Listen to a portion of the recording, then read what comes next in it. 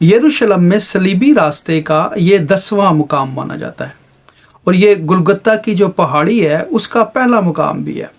यानी कि यहाँ पर जो रोमन सिपाही थे उन्होंने यीशु मसीह का जो कपड़े थे, उसकी पोशाक जो थी उसको उतारा था, और उसका जो कुर्ता था ख़ास तौर पर उस पर कुर्रा भी डाला था, और मकसद ये था कि खुदावंद को नंगा किया जाए और उसकी बेइज्जती की जाए और उसके ज़ख़म और उसकी हालत ज़ार जो है वो दुनिया देखे। सलीबी मौत जो होती थी ये बड़ा ही कर्ब वाला और बेइज्जती वाला जो सज़ा होती थी, और उन्होंने यहाँ पर कुर्रा डाला और ऐन सहीफ़ों के मुताबिक सब कुछ हो रहा था।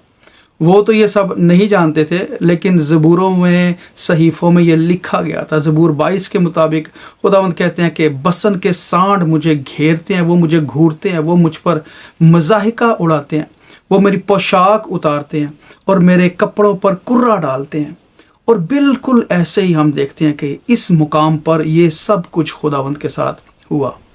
ये होली स्क्रिप्चर चर्च का जो है ना हिस्सा है, और ये अब जैसे वो गुलगुता की पहाड़ी थी अब वैसा नहीं रहा। यहाँ पे कैथलिक्स, आर्मीनियन, ऑर्थोडॉक्स चर्चेज़ ने अपने अपने हिसाब से इसको बिल्ड किया हुआ है, लेकिन ये बात पक्की है कि ये जगह वही है, और ये जो 10वां मुकाम है ये बाइबल में इसका हमें रेफरेंस भी मिलता है।